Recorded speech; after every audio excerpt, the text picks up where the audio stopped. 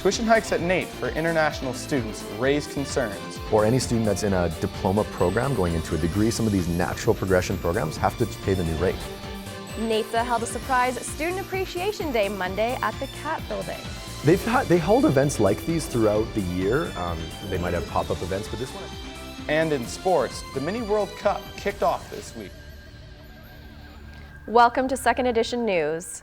NAIT Student Association is speaking out against a tuition increase for some students. The hike is a bit of a shock and has raised some concerns with NAIT workers. The announcement of a 24% tuition increase for international students will affect those registered for the fall 2017 semester. Although the hike is months away, NAIT President John Perzok says staff and students have already started voicing their concerns. There's been a lot of concern. Any student that's changing programs from, say, English as a second language or academic upgrading into a program like business, or any student that's in a diploma program going into a degree, some of these natural progression programs have to pay the new rate. Despite multiple discussions with administration, Perzok says they have yet to come to a resolution.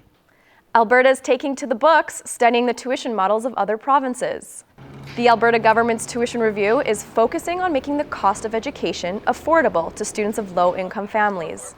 The province is studying current models in Ontario and BC that provide students with grants in the sum of the average cost of tuition. Eligibility is based on an annual family income of $50,000 or less. Right now, there's about $206 million in tax credits, which disproportionately benefit wealthier students. We advocate for that money to be moved forward to take the costs off of low-income students so they can get the grants right up front and access education. According to the government, there are an estimated 150,000 students in the province who are eligible for these tuition grants. NAIT is being recognized as one of Alberta's top employers. For the 6th year in a row, the school has made the list of the top 70 employers in the province. Marianne Maravilla has more on this story. I absolutely love what I do. I can't imagine doing anything else. Steve Chattagoon is passionate about teaching students in the digital IT program at NAIT. 17 years ago, Steve transitioned from owning his own business to sharing his knowledge in the classroom. NAIT's unique hands-on teaching model from industry experts is what inspired Steve to start a career at NAIT. We're giving, like I would say, the best of us, right? So we're saying, you know, this is what maybe the book is saying, but this is how we actually do it. This is the 6th year in a row that NAIT has made the list of top 70 employers in Alberta, an annual competition that recognizes the best employers in the province. Besides the usual benefits that employers offer, NAIT excels in encouraging their staff to live a healthy lifestyle. Facilities such as the fitness center and a quiet room for meditation is available for their staff. Every staff has an allowance for the most part that they can spend. There's also additional training. If you want to go do a master's or a PhD or something along those lines, we have a lot of money set aside to help staff do that. Davis says that it's the students that truly makes their experience at NAIT rewarding, something Steve agrees with. Running to you, you've graduated. You know, running to you out in the street.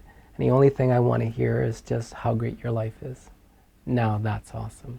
Over 120 people celebrated 10 years of employment at NAIT last January.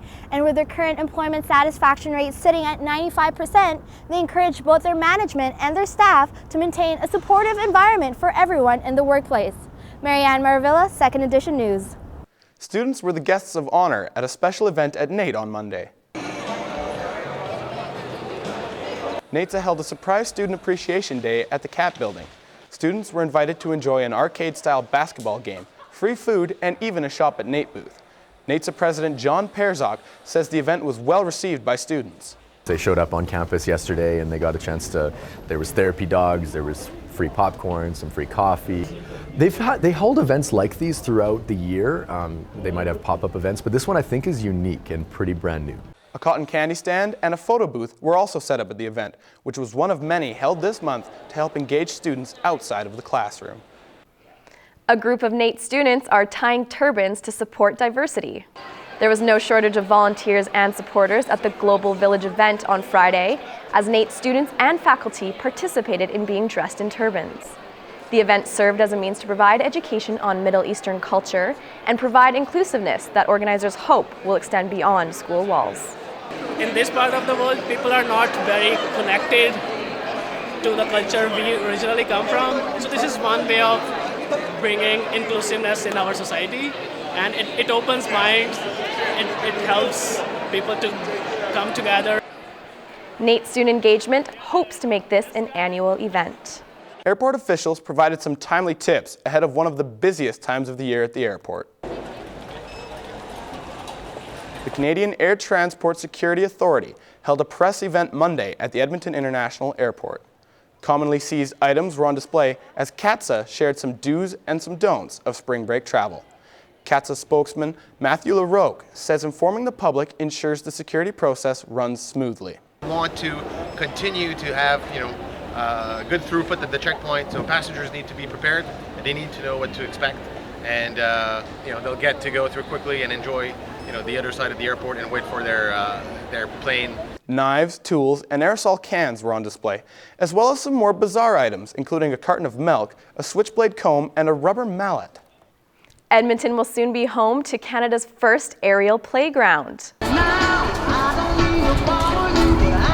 The Outdoor Adventure Experience opens May 20th and is meant to provide locals with year-round outdoor activity over at the Snow Valley and Rainbow Campground site.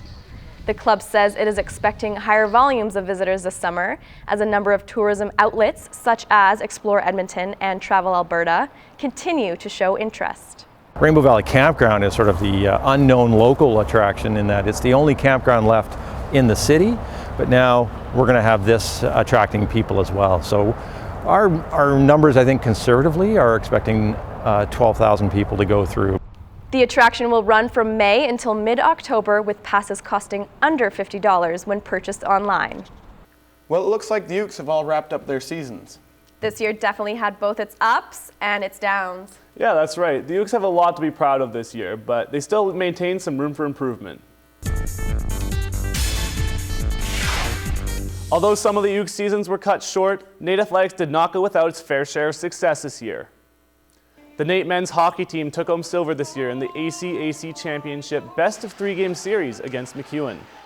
Around the same time, the NAIT women's basketball team placed 4th overall in the CCAA Nationals. A number of other teams and individuals brought home medals in both badminton and curling. I'm happy whether we win banners or not if we're offering a quality athletic experience and our kids are doing good in school and they're getting jobs when they get out, which was what it's all about. Both teams and individual players are now off to prepare for the next season over the summer break. Along with their title of 2nd place in the ACAC Championship, 2 individuals from the men's hockey team were honored with awards at the end of the season. NAIT's goalie, Brendan Jensen, was given the ACAC Player of the Year award.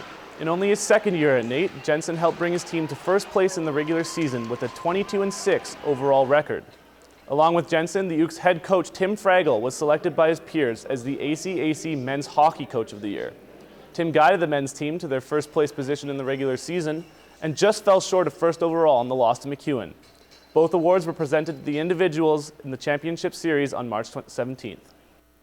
Although the Ooks seasons are all finished up, for some players, the off-season isn't exactly a break from their sport. NAIT hockey player Lindsay Roth, along with her team, are now transitioning to off-season training for the summer, where the team looks to buckle down and get in shape for the upcoming season.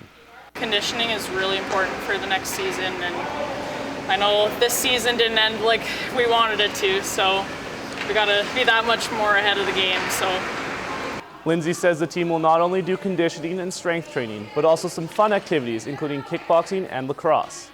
The time will be entirely aimed at team building and preparing for the next season. Edmonton's most popular indoor soccer tournament is taking soccer fans by storm this week as the Mini World Cup kicked off on Tuesday.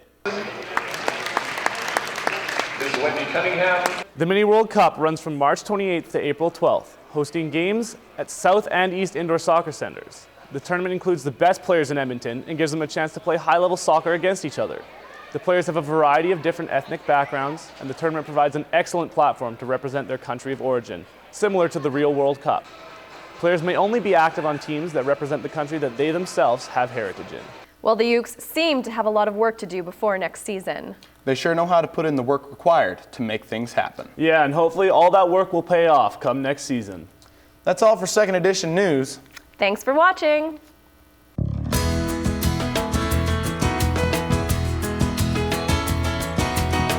Welcome to Cooking with Ernest. I'm Joseph Fletcher, and this week we're joined with Chef Ben Weeks. Ben, we're making orange chicken today, which I hear is not a traditional Chinese dish. That's correct. It actually comes from the States. We're just going to be making the sauce. So we're going to start off with a little bit of garlic. Get those flavors going. Yeah, orange chicken is very garlicky. It does have a bit of a bite to it, yeah. It's something that we are looking for in this recipe. Okay, and what was that you added? Just a little bit of ginger. That's just going to add, again, a bit more of that bite. Right, those flavors go really well together. Again, a little bit of spice. So I got some red chili flakes. Oh, we're starting to see some color. Basically what we're going to do with this is we're going to heat up the chili flakes. That's going to add a lot more of that spice. It's basically like opening up the pores of it and releasing everything inside. Wonderful. All right, what else do we have here that's going to give us some bite? We got a little bit of vinegar here, but first we do that, we're going to add in a little bit of orange zest. That's going to give us our coloring. It's going to give us our coloring and, again, our orange flavor. Why do you use that instead of orange juice? You can use orange juice, but usually what happens with orange juice is it evaporates way too fast. And this one you get little bits of bite with every... Right, you're not left with too much with orange juice. Okay. Exactly. All right, so we're going to add a little bit of water here. Get things steaming. Got some rice vinegar here. Why the two different kinds of vinegar? Basically, your rice vinegar is going to add some flavor of the rice, and then your white vinegar is basically going to give it, again, that bite. Awesome, okay. Okay, so we got that going. All we have left is some soy sauce. Some soy sauce and a little bit of sugar, just to take away a little bit of that bite. We have bitter, sweet, and a little bit of salt. Awesome. So we have breaded chicken here. You did that before we started. I did. This is actually just a little bit of flour, cornstarch, and white pepper. And if we had some grilled chicken, could we make this gluten-free? Of course we can, yep.